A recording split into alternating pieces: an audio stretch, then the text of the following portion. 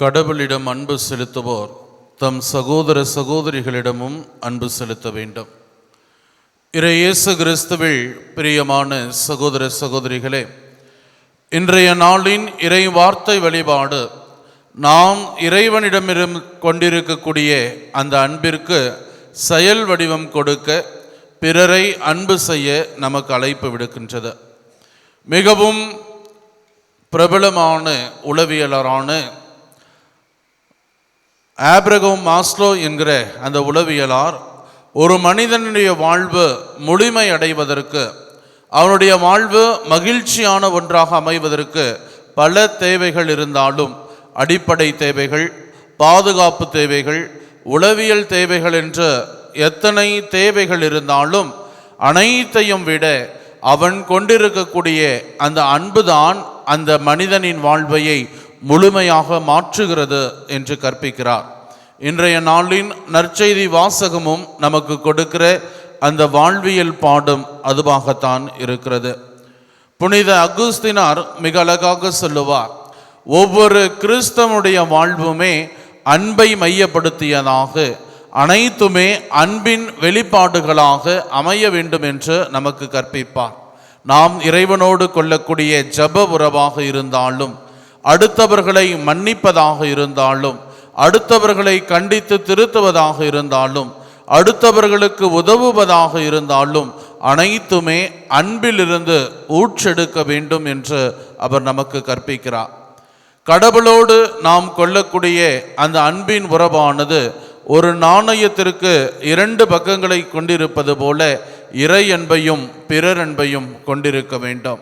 யார் யாரெல்லாம் நான் கடவுளை அன்பு செய்கிறேன் என்று சொல்லுகிறார்களோ அவர்கள் அனைவருமே அந்த கடவுளின் அன்பை அவருடைய உருவிலும் சாயலிலும் படைக்கப்பட்டிருக்கிற மனிதர்களை அன்பு செய்து அதை முழுமையாக மாற்ற வேண்டும்.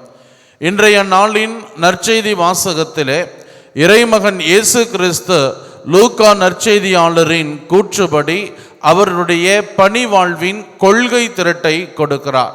அதாவது எசாயா இறைவாக்கினர் புத்தகம் 60ஆம் அதிகாரம் 1-2 இறை வார்த்தைகளிலே நாம் வாசிப்பதை போல, ஆண்டவருடைய ஆவி என்மேல் உள்ளது, ஏனெனில் அவர் எனக்கு அருள் பொழிவு செய்துள்ளார். ஏழைகளுக்கு நற்செய்தியை அறிவிக்கவும், சிறைப்பட்டோர் விடுதலை அடைவர், பார்வையற்றோர் பார்வை பெறுவர் என முழக்கமிடவும், ஒடுக்கப்பட்டோரை விடுதலை செய்து அனுப்பவும், ஆண்டவர் தரும் ஆண்டினை முழக்கமிட்டு அறிவிக்கவும் என்னை அவர் அனுப்பியுள்ளார். இந்த வாசகம், இந்த வார்த்தைகளானது இயேசுவினுடைய பணி வாழ்வினுடைய கொள்கை திரட்டு, அதாவது தன்னுடைய பணி வாழ்விலே இதைதான் நான் செய்கிறேன் என்பதை அவர் வெளிப்படையாக மக்களுக்கு அறிவிக்கிற ஒரு நிகழ்வாக இருக்கிறது.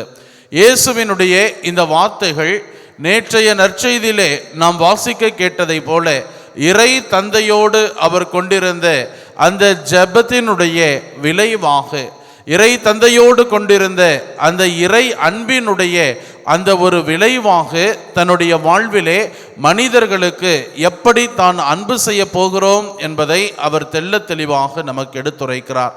இறை இயேசுவில் பிரியமான சகோதர சகோதரிகளே, நம்முடைய அன்றாட கிறிஸ்தவ வாழ்விலும் நாம் இறை தந்தையோடு, இறைவனோடு ஜபத்திலே ஒருங்கிணைக்கப்பட்டிருக்கிறோம்.